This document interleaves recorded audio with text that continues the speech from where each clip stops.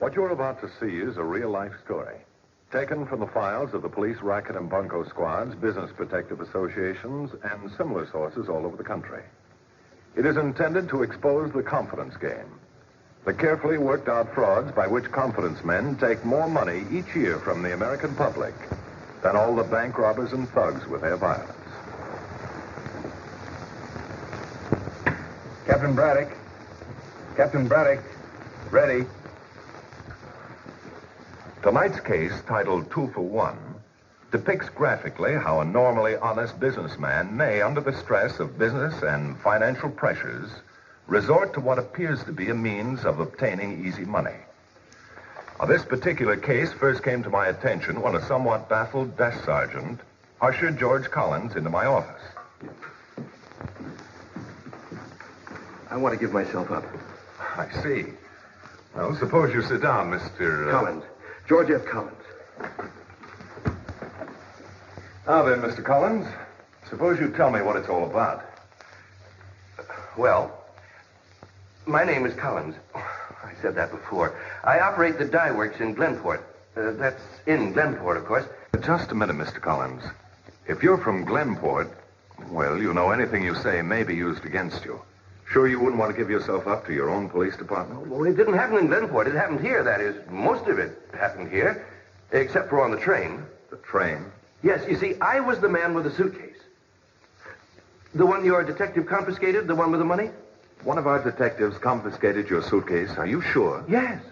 Only I told him it wasn't mine because of the counterfeit money. You see, I denied ownership at first because I was frightened. Naturally, I didn't want to go to jail for counterfeiting.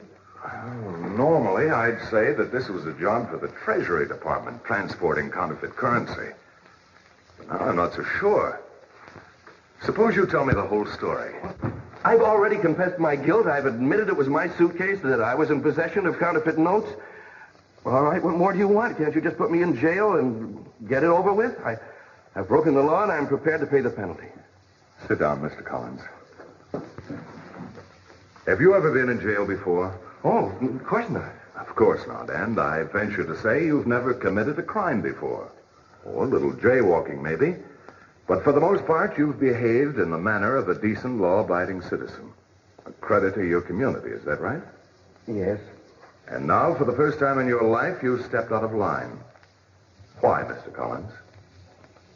I needed money. I see. I needed money badly. I had no way of getting it. Of course, I knew it wasn't honest, but, well, that's why I'm here now, because of my conscience. It won't make much difference now. I'm ruined. Soon be out of business anyway. Mr. Collins, the law isn't as cold, ruthless, and one-dimensional as it may sometimes seem. Whenever a man commits a crime, no matter how slight or apparently insignificant, we'd like to know why. If it's intentional, not inadvertent, we'd like to know what brought it about. Part of our job is to learn these things. I'll tell you anything you want to know. Good. The whole story, then, Mr. Collins, right from the beginning. Well, I operate a dye works in Glenport. That's a small town about 800 miles from here. But my equipment's getting old, and lately it's been giving me trouble. As a matter of fact, I've been operating at a loss for over a year. I had to take out a first mortgage about 6 months ago. But the potential is still good. The town's growing rapidly, and I knew if I could just get a hold of some new equipment, well, that takes capital. I don't have it. So, a few days ago, I came here to the city.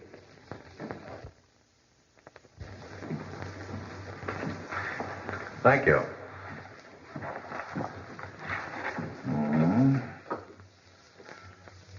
Well, it's just as I thought.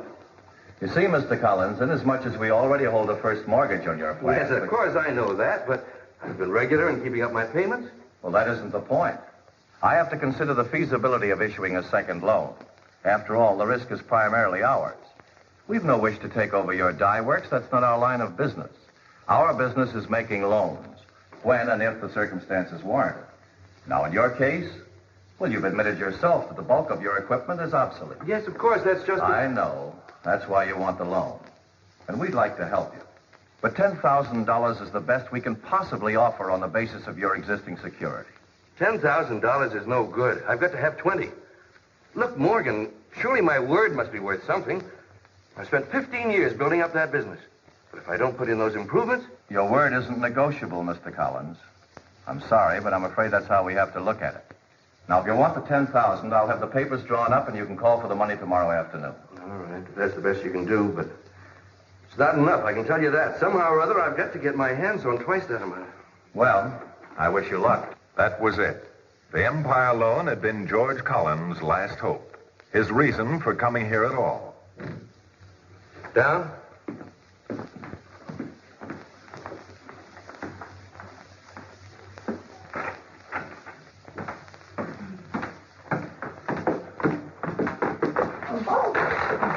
Terribly sorry. Quite all right. Let me help you. Oh, no, really. Well, it's the least I can do to make up for my clumsiness. It was all my fault if I'd only been looking where I was going. Seems to be everything. Oh, I hope so. I guess so, anyway. Well, you don't recognize me, do you, Mr. Collins? Well, the face is familiar. I guess you had much more important things on your mind. I work for the Empire Loan Company. I'm Mr. Morgan's secretary. Certainly that's where I've seen you. I couldn't help overhearing your conversation with Mr. Morgan. I'm so sorry things went so badly for you.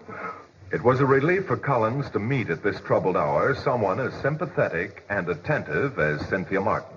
Under Cynthia's prodding, Collins poured out the history of his financial difficulties. She seemed to think it would do him good to get it off his chest. And for a while it worked. After all, he was a single man, and Cynthia was a very attractive girl. After dinner, at Cynthia's suggestion, they went to a supper club. What did I tell you? Nothing like music and a dance floor to soothe the furrowed brow. Dr. Martin, if your medicine came in bottles, the demand would outrun the supply. Shall we have another drink? Just what I had in mind. Waiter, 2 of the same, please. Well, let me in on it. Oh, I was just thinking about us being here after the way we met. What the gang back in Glenport would say. If I told them about it, they wouldn't believe me. After all, who does meet a beautiful girl that way? Except maybe in storybooks. Well, it isn't as though we were perfect strangers. We do have the Empire Loan Company in common. Yeah. What's the matter?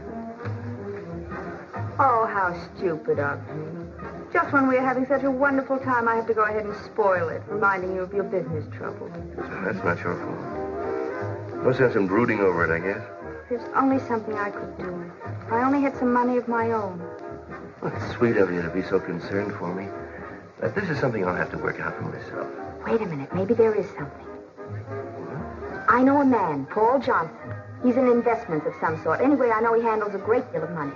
Well, and you say... Well, I'd have to talk to him first about you, and then he'd probably want to meet you.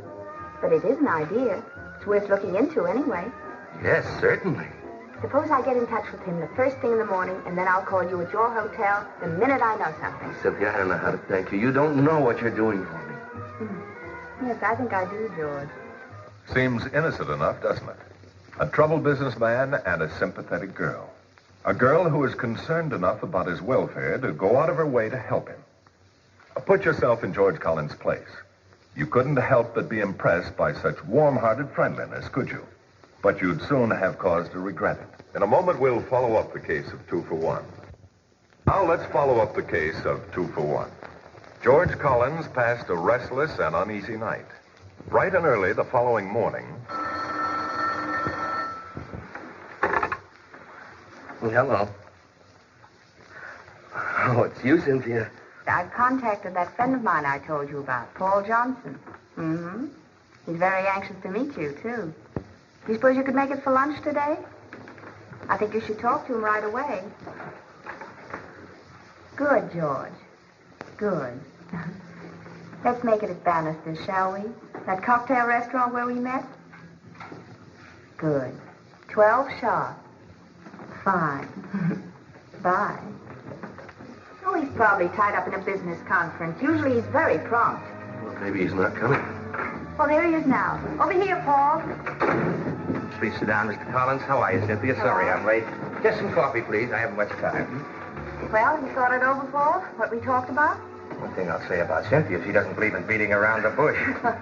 Let's get to the point, Mr. Collins. Cynthia's given me all the background I need about Glenport, your dye works, and the bad luck you ran into with the Empire Loan people. Yes? Oh, my goodness, look at the time. Oh, no, please, don't get up. I'm due back at the office right now, but you two go right ahead. I'll see you this evening, George. Goodbye, Paul. Bye, Cynthia. If Cynthia's told you about me, she's probably told you that I have no security. I'm afraid that's not quite true, Mr. Collins. Cynthia tells me you can borrow $10,000 from her employers, as I understand.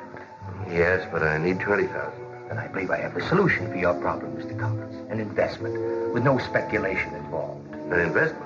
Oh, don't shy away from the word, Mr. Collins. You know the old saying, it takes money to make money. Yes, but an investment? All depends on how badly a thing like that.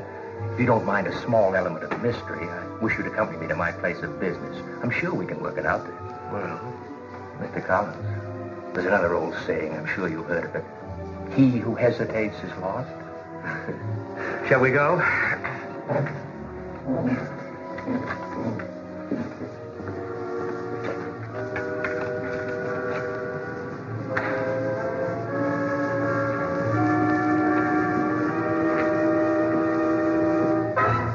was it necessary for us to come here? Yes.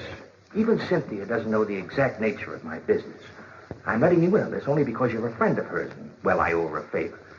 But I want you to treat this with the strictest confidence. And if for any reason you reject my offer, I want you to forget it. Forget this place, everything. Is that agreed? Yes, certainly. Good. Right this way, Mr. Collins.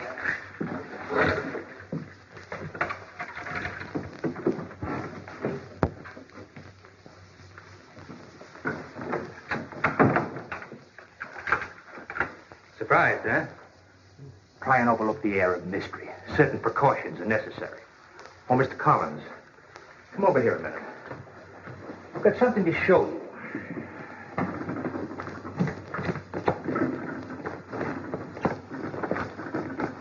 Beautiful, huh? Well? It's real, isn't it? Mr. Collins, what do you think? Oh, I see. That's the investment you were talking about. Well, as I said before, it all depends on how badly you'll need that $20,000. Well, I'm an honest man, Mr. Johnson. Anybody in Glenport will tell you that. My business reputation, my social reputation are perfectly clean. I've never done anything crooked. I envy you, Mr. Collins. What consolation will that be when you've lost your plant? Well, it would be like stealing. Stealing? It'd be a crime to pass it up. Look at them. The workmanship, the quality, the fine detail. Go ahead, examine them. Well, I don't know. It seems very good. But Seems I good. don't know. It's perfect. What do you say, Collins? Is it a deal? Well, suppose I were caught. Suppose you were. That's a risk you've got to take. You never get something for nothing, you know. But you won't get caught. Not with stuff like this. I don't know. I just don't know. 2 for 1. 20 grand for 10. That's my deal. Take it or leave it. You want to save your dye works? Okay. Now, the way I look at it is, if you want something bad enough, it doesn't make any difference how you get it. But it's not honest. You mean it's not honest? It's a business transaction, pure and simple. You go to Empire, get 10 grand. You come to me, give it to me, I give you 20. It's that easy. How do you know these bills aren't genuine? Are you supposed to be an expert? Look, Mr. Collins, if it'll make you feel any better, why don't you make a round of the banks in the morning? Take these bills with you. Tell them you think they're counterfeit. Ask them to examine them. And if one confirms it, just one, mind you, the deal's off. Fair enough? If they won't confirm it, Mr. Collins, why, this stuff's good enough to pass on a treasury agent. How about it? I'll think it over. Collins started out the following morning with scant enthusiasm and considerable trepidation. As Johnson had suggested, he began making the rounds of the banks. Yes, sir. What can we do for you this morning? Well, Yes?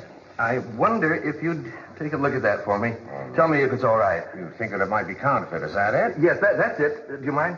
Oh, no, not at all. Well, that's all part of our job. Yeah, spotting bogus currency. Would you mind waiting just a moment? Thank you. Wherever Collins went, it was the same story. The bills were pronounced absolutely legitimate. His confidence grew and his scruples shrank. If it was that easy, if the engraving was actually that good, well, who is he to look a gift horse in the mouth? That afternoon, he visited the offices of the Empire Loan Corporation. There was no question in George Collins' mind as to what his next step should be. 4, 5, 6, 7, 8, 9, 10. 10,000. Collins, it's all yours. Yes. You want to back out, Collins? No. No, it's hard enough making up my mind. Now that I've decided, I'm going to go through with it. I'm not going to pretend to like it. You know, I was thinking I ought to get rid of this as soon as I can. A bag full of money Not like this. here. In Glenport. You try to get rid of that stuff here and you'll be up your neck in cops. What? How do you think we've been able to operate here all this time without running afoul of the law? This is our headquarters, our point of disbursement. But we don't try to circulate our products locally. That'd be asking for trouble. That's why we make deals with men like yourself. We've got agents all over the country. But you didn't tell me that they were on the lookout here. They're always on the lookout. But you've got nothing to worry about. Here you're a stranger, subject to suspicion. But in Glenport, you're a respected businessman. Once you get there, you'll be okay. Understand that the sooner you get this suitcase back to Glenport, the better off you'll be. Oh, I'm sorry, Cynthia. Well, of course I was looking forward to tonight, our last evening together before I leave. Well, I'm just as disappointed as you are, George. I simply can't just run off and leave her. She's a helpless invalid, you know. Well, I know. She's anxious to meet you, too. I've done nothing but talk about you ever since we met. Uh-huh. George, what time does your train leave this evening? Maybe I could see... Oh, that's terrible. 8:27? Well, I can't possibly see you off. The doctor's due any minute.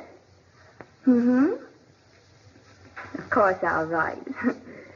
And Auntie sends her best. Don't you, Auntie? Yes. Oh, George, you'll be sure and let me know how your business deal comes out, won't you?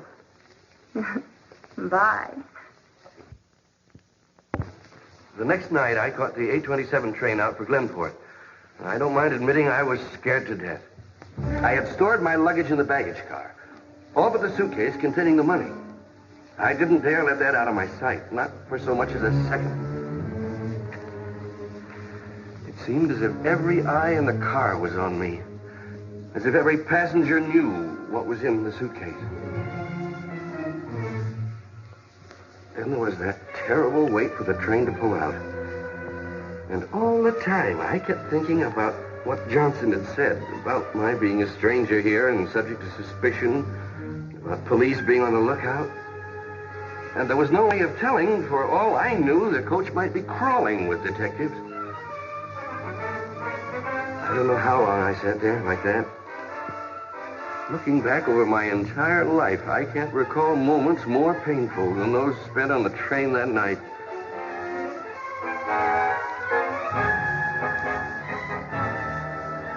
I knew he was a detective as soon as I saw him. There was something in the way he looked at me, or rather, in the way he pretended not to look, that gave him away.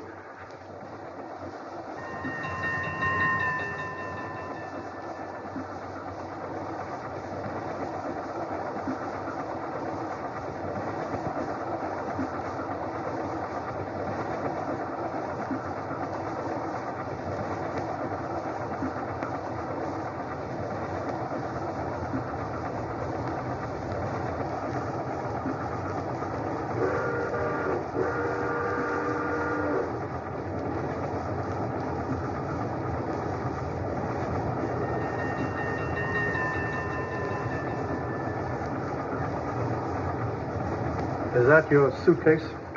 Beg your pardon? I said, is that your suitcase? Well, what earthly business is it of... A simple question requiring a simple answer, yes or no. Is that your suitcase?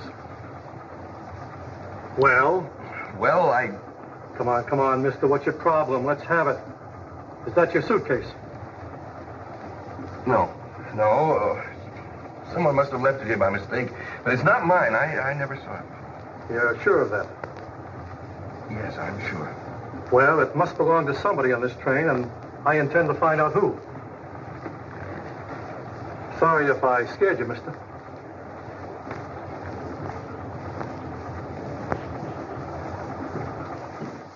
In a way, I guess a man is owned by his conscience. Anyway, a week hadn't passed before mine drove me back here to your office. Well, I guess that's about all. Except that now you're a sadder and somewhat wiser man.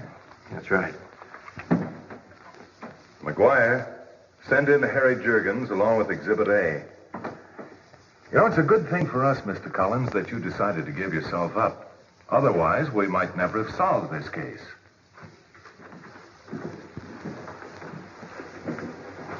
That the officer who confiscated your suitcase?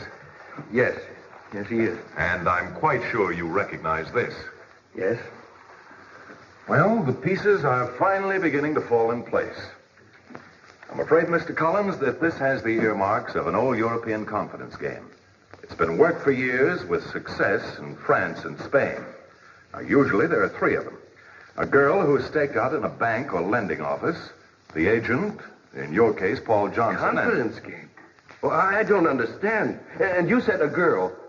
You don't mean Cynthia. I'm afraid I do. After all, someone had to fatten you up for the kill and lead you up the steps to the slaughterhouse. How could she? I don't Now, think... remember I said there was a third member of this little organization? Well, Mr. Collins, he's standing right beside you. Harry Juergens. A very slick operator, they'll have you know, with a string of aliases as long as your arm. Up till now, he's had more charges than convictions. But we'll remedy that this trip. Well, then he wasn't your man. No, hardly. We picked up Harry a few days ago on an old warrant. He had this suitcase, and of course he wouldn't tell us how he got the money. I guess he figured the water was hot enough, isn't that right, Harry? All right, Sergeant. Well, you must be pretty confused, Mr. Collins. I suppose you're wondering what it's all about. Yes. Well, really, it's not quite as complicated as it seems. Now, as you noticed, Cynthia knew exactly what train you'd be on. They had to know that. They couldn't afford to lose this suitcase. And they counted on your being just frightened enough to fall for the phony detective routine. And they knew you'd jump at any chance to deny a connection with the suitcase. And they thought they also knew that you wouldn't come to us with your story. Well, I don't see... How could they be sure of that? They had you just where they wanted you, thinking that you'd involved yourself with a gang of counterfeiters. Thinking? What? Now, 10,000 of this is still yours, you know. Yes, but what's the good of that? It's counterfeit. Is it? Why do you suppose they worked so hard to get this suitcase back? They had your 10,000. Seems to me it would have been simpler to run up some more bills. Well? And why do you suppose Johnson was so anxious to run the risk of submitting these bills to expert examination? I don't know, to prove their quality, I suppose. Scarcely. You see, Mr. Collins, these bills aren't counterfeit. They sold you genuine United States currency. That's why they had to get back the suitcase. After all, you don't suppose they were going to let you swindle them, do you? Cynthia Martin and Paul Johnson were apprehended, and along with their partner in bunco, Harry Juergens, were convicted and sent away to serve nice long prison sentences. George Collins will get his money back, too. Oh, he may have to sweat a little for it, but all things considered, he'll get off lightly. However, this will not put an end to this particular racket. Only you can do that. Remember, this is only one case. Multiply that by the thousands of people who are yearly blinded by the glitter of easy money, and you have some idea of what we're up against. Closing this case now, or rather the courts will, but there'll be others, because that's the way the world is built.